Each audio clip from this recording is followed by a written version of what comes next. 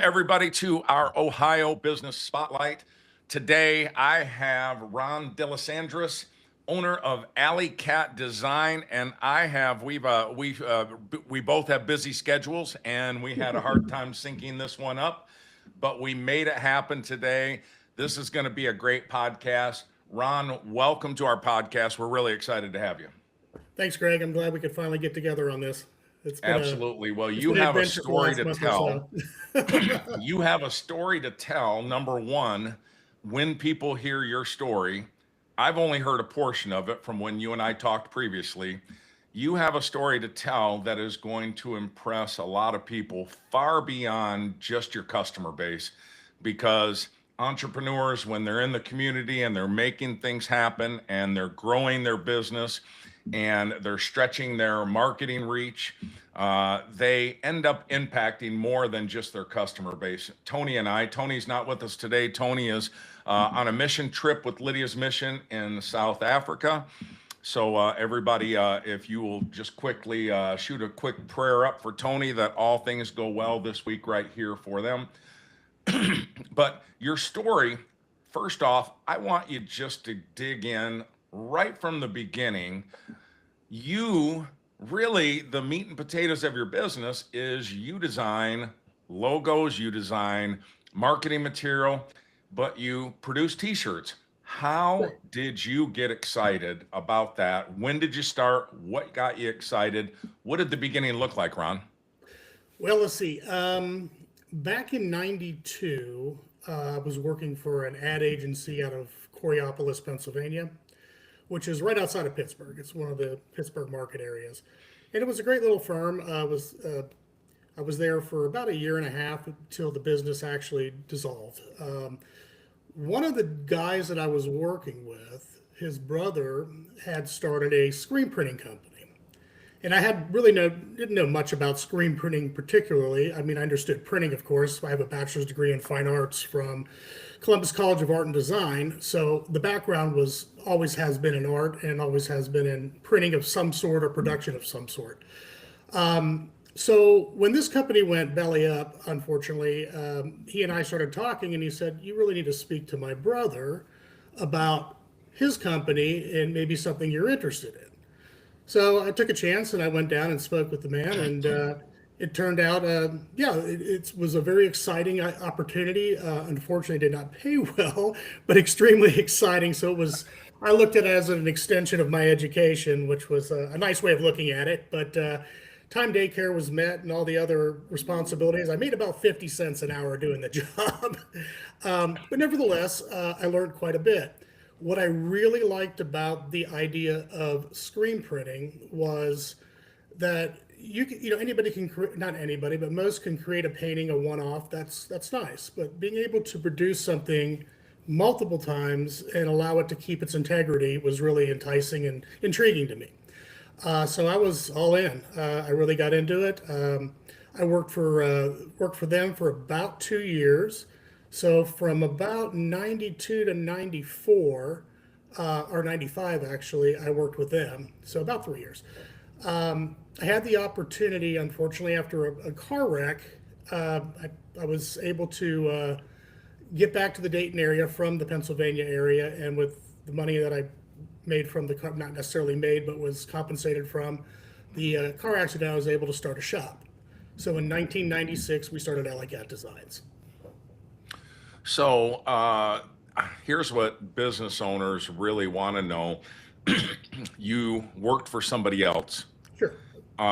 You did something that was kind of sort of yours, but you saw it was struggling and it was hard to get up off the ground. What was the magic? What was the switch that flipped for you, that where you were able to say to yourself, you know what, I can do this right here? Every business owner, whether they're thinking about starting a business or whether doing something as a side hustle, they have this fear. Can I do this? Can I feed my family doing this right here? You're no different than what they are. When you had those fears right there, what is it that catapulted you over that hurdle right there? Well, in my situation, I embraced the fear. I basically thought to myself, I can't fail at this because yes, I do have a family that's counting on the income. I do have others that are counting on me to succeed. So I kind of liken it to, I mean, I don't know if anybody out there is a motorcyclist or likes to ride. It's called a healthy fear. You know that you got to keep your focus, you got to keep your understanding, never get too comfortable in what you're doing, because yeah, I mean, you're constantly looking down the road, constantly have that 100-meter stare. You're always looking for the next, next issue to pop up or something that you can, that you may need to take care of. So part of the success, I think, was a healthy bit of fear, which is quite important. I think if you get too complacent in what you're doing, things tend to slide off a little bit. So for the past 30 years, I've had a healthy sense of fear and a healthy amount of angst about what I'm doing and how I'm doing it. The turning point for me, I felt that I was very good at what I did. I felt my communication skills were strong. I felt that I had a product that was that I could offer that had value. A lot of my success isn't truly my success. I find if you surround yourself by people that possess skills that you don't personally possess and you don't micromanage the situation, you're going to get a lot more out of people and you're going to really do something decent with what you're trying to achieve for your community. Boy, if it's almost like you've listened to 30 some of our podcasts because it is so frequent that we ask a business owner, maybe we ask the question in a different way, but very similar to how we ask you. And Ron, 100% of them in some way, shape, or form during some portion of the podcast have said exactly the same thing. The people that you surround yourself with, it really, really is important. So I'm going to segue right into that since you kind of brought that topic up. This is a topic right here, and I want you to speak specific to your experience right here with Alley Cat. And don't be afraid to share, what Alley Cat culture works and how you've made it work. But what do you look for when it comes to an employee or someone that you consider at an even higher level than an employee, a business partner of that sort right there, because you probably have some high level employees in your company that make some pretty significant decisions. What do you look for when you're looking for that individual right there? There's tons of business owners out there right now that need to do what you did by relinquishing some control, but they go, oh my gosh, I don't know who to relinquish it to, and I don't know where to find them. What would you say to them? Well, I mean, part of that is a leap of faith. I mean, you've really got to trust the individual that you're working with, and allow them to do their job. Allow them to make some decisions. Allow them to fail in some situations, and be there to support it, right, wrong, or indifferent. We have employees that we've had work for us for a matter of 3 hours, and we've had employees work for us for 20 plus years. Which is incredible. And, there's still 4 people in the office, or pardon me, 1, 2, 3 people in the office that are 17 years plus. So those are my key people. Those are the people that bring it all to the table. They're the ones that, like Mark Bromagen, for instance, our sales manager. I mean, he goes out hunting, and our job is to get it ready, prep it, and get it ready and out the door. My art director, Larry Warren, he has, my gosh, he's been in the industry as long, if not longer than I have. So he's probably cruising on 33 years. I've got another artist, Bob Kling. He's a local Centerville businessman that owns his own tattoo parlor there in Centerville. Very nice guy. He's been in the industry probably closer to 38 years. So in our art department, we have about 100 years of design experience, which is amazing. And then when it comes to sales and support, we've got our general manager, Ray Van Heesen. He's from Holland originally, and he's been with us for about 20 plus years. It's just having those type of people that challenge you on a daily basis, and having that interaction, and allowing people to, like I said previously, allowing them to do it their way and to figure out the process for themselves.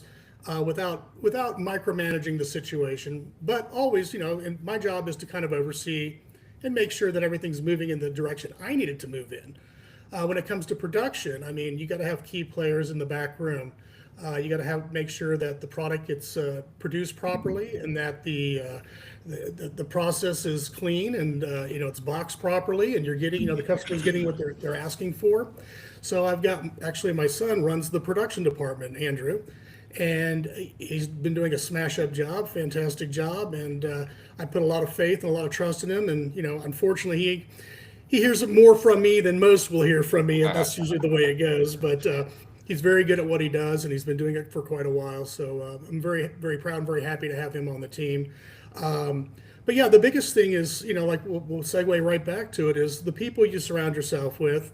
Being successful in business is going to take a lot of that. I mean, the people, a lot of it's just luck. A lot of it's right place, right time. A lot of it is a simple conversation when you're out and about, and before you know it, there's a job involved. As you probably well know, you'll go somewhere and have a conversation, and all of a sudden it's like, wow, I have something I can offer you. Or there's something that I can help you with, and You made mention of something. I just finished listening to Ryan Hawk. You and I go to the same gym, so you probably right. bump into Ryan at the gym sometimes. I have. He's there early, and I was listening to his podcast this morning. The founder of Wikipedia, and it's so funny. You're really speaking right into. It's the same.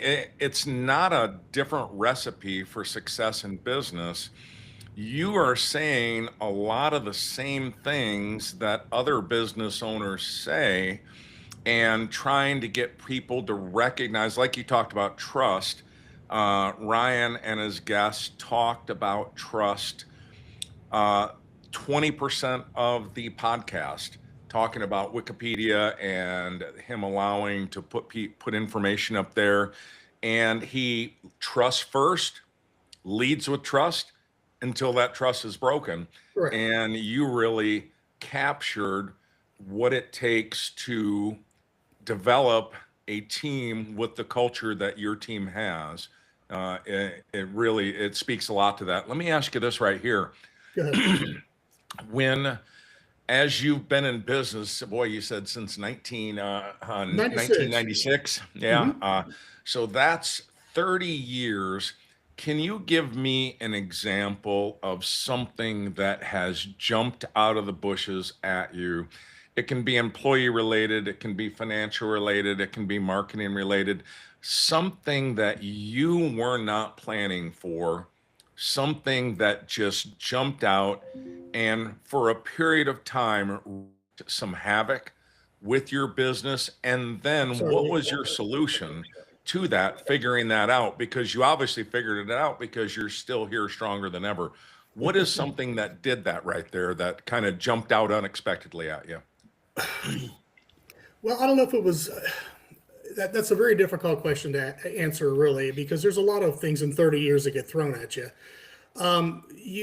For me, I guess one of my skill sets would be to be able to make decisions on the spot, kind of, obviously as a pivot when necessary. But yeah, there's always going to be, for instance, a good story would be this one. In 1997, we had the honor of producing the inaugural United States Air Force marathon shirts, the very first marathon shirt. It was a huge job for a 27-year-old man at the time, and I had one employee, my very first employee. And we had decided to buy an automatic press, which was a luxury. It was something that really nobody in 97 had at their disposal unless you were a really big shop. So we were able to put the finances together and to get this press. In the course of producing the Air Force Marathon shirts, we had a tight deadline, and you're dealing with a government agency, and you know how that goes. There's tight deadlines and there's things to be met. We had printed probably for about 14 hours straight on a hand press and on an auto press. And we shut the shop up for the day, and we were done, and we went home. The very next morning, I came in to about a foot of water throughout the entire building. And Air Force Marathon shirts soaked. Just a complete disaster. So it's amazing how fast you can turn that around. We called everybody we knew, got every little small truck SUV we could find, because mind you, there's thousands of these shirts. We were able to get those to a laundromat, laundered, cleaned, dried, and back for production. So it's just a matter of pivoting. I could have just lost it right there and said, this is it. I guess I'm not destined to do this. The trick is when it gets hard, you got to push through it. If I had $1 for every time someone told me that this company was not going to make it past a year, past 3 years, past 5 years, past 10, 15, I'd have a couple $1,000,000 sitting just right next to me in those type of, in that because of that type of a situation. The trick is you got to have faith in yourself, but it's not easy. You can't work the job for 3 hours a day, go play golf, and think it's going to manage itself. This is a life choice. This isn't easy, and I love it when people say, "Well, it must be nice you have your own business." I don't know. Is it nice to work 11 hours a day? Is it nice to be on call all the time? Is it nice to have to deal with all of the stress of the day in, day outs? I'm blessed. I have good people surrounding me, and that's by choice on my part, and it's also by luck. That I have quality individuals that can back me up, people that I would trust to do the job if I wasn't there.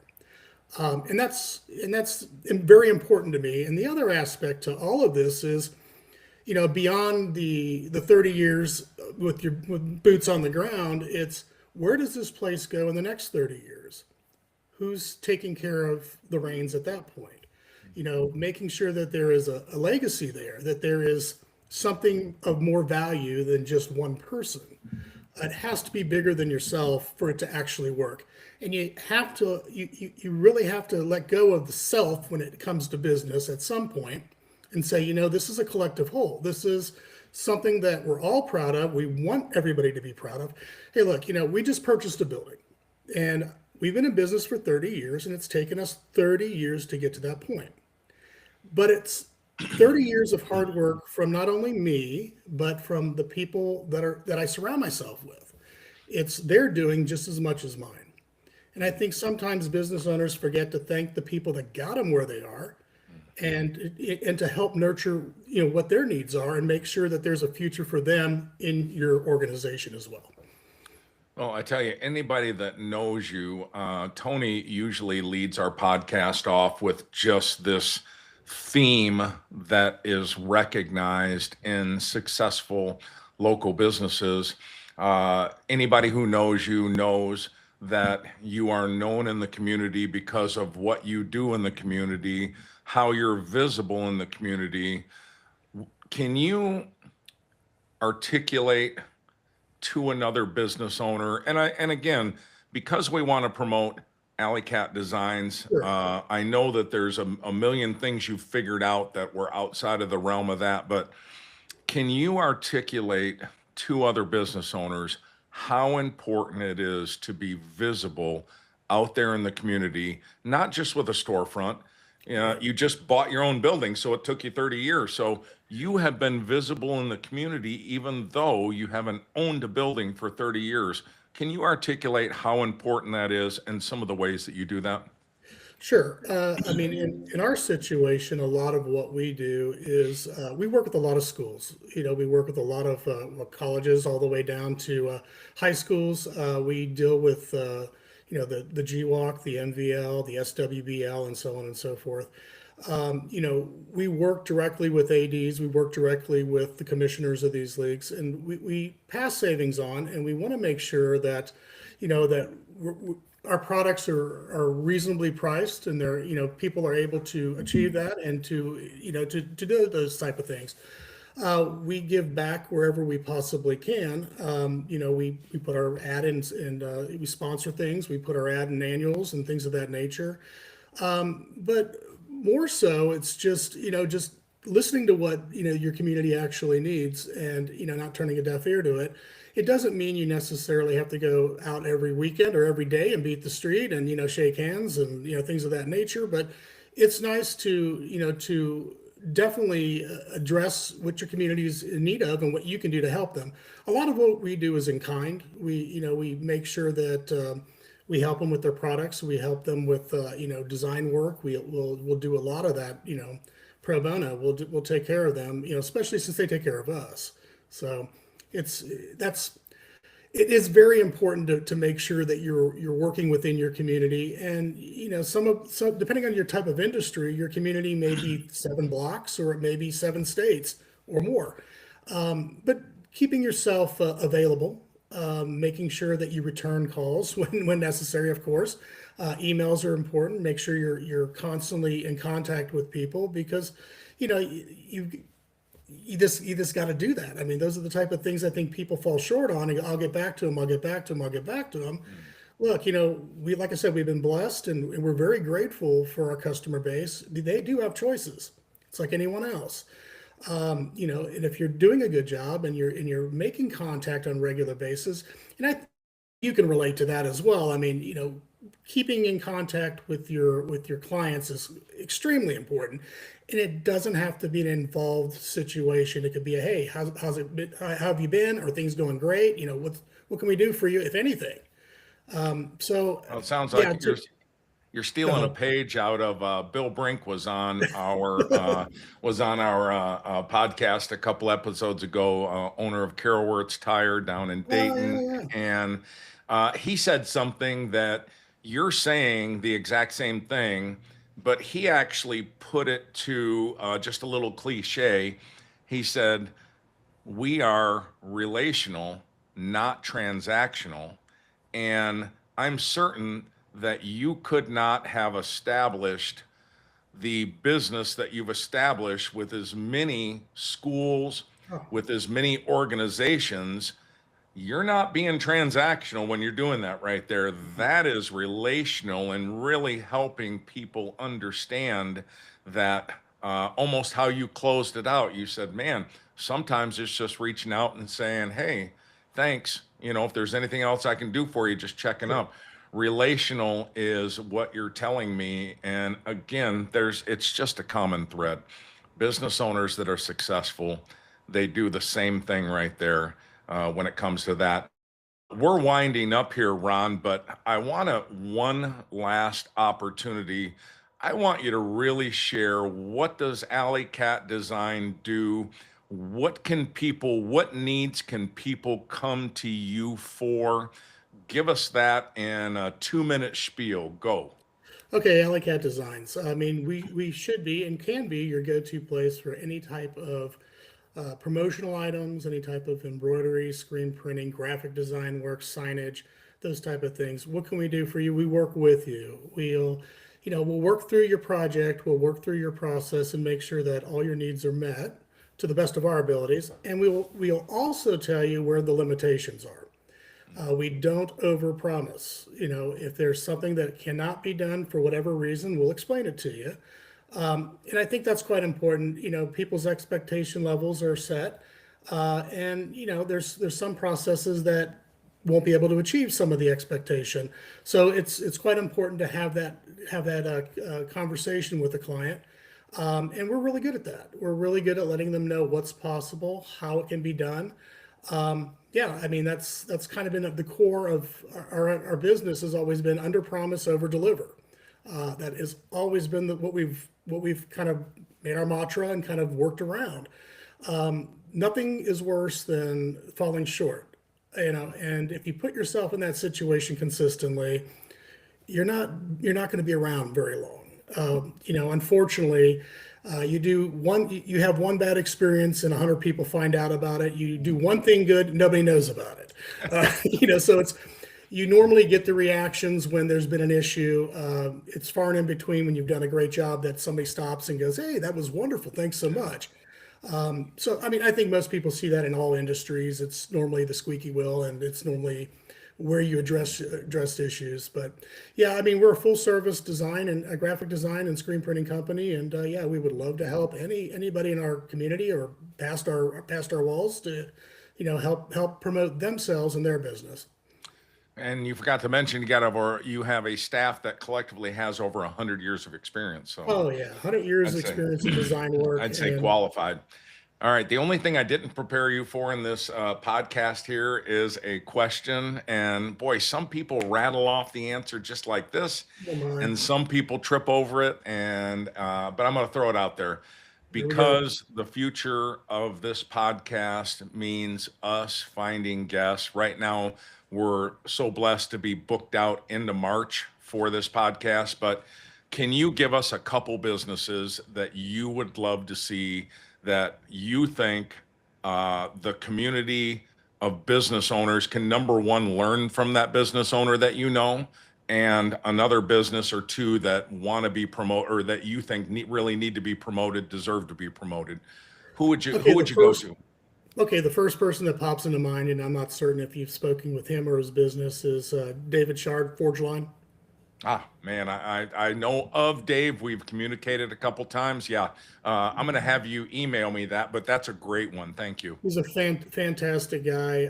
He is his story is pretty amazing as well. So he would be a very interesting guy to speak with. Absolutely. I know one of your friends and mine, Mr. Eric Horseman, of course, with Flying to the Hoop and And we had Sports Eric on Image. early. He was on. He was Yeah, on yeah. this. And then, of course, Mr. Burnett from Club 51, very nice guy. Yeah, there's quite a few very impressive people in our community. But yeah, I would have to say, in our circles, and I'm certainly running similar circles, but yeah, Eric's a very interesting character. If you haven't had him on, I'm sure you have. Yeah. You may Well, I've want to got reach Dave written down. I'm going to reach out. I'm going to reach out to Dave. That's a great idea. I'm going to text him right now. He supported an event that I did. Boy, it probably was 12 years ago. In conjunction with Hosfeld Classics. good. Brad Hosfeld and his Yep, classic car shop over there in yep. Springboro. So anyway, I want to tell you how much I'm thankful that you peeled out the time. I know how busy you are, and I'm thankful that you shared. I love the fact that everybody got to hear more about Alley Cat Design. I love the fact that they got a chance to hear kind of some of the trials, tribulations, and some of the recipe to your success. It's really common, business owners that have been in business for 30 years, they do things that a lot of other people do that work. So we're very thankful to have you on. We're going to wrap it up. We look forward to everybody coming back next week, and I hope everybody has a great day. Thanks, Ron. Thanks, Greg.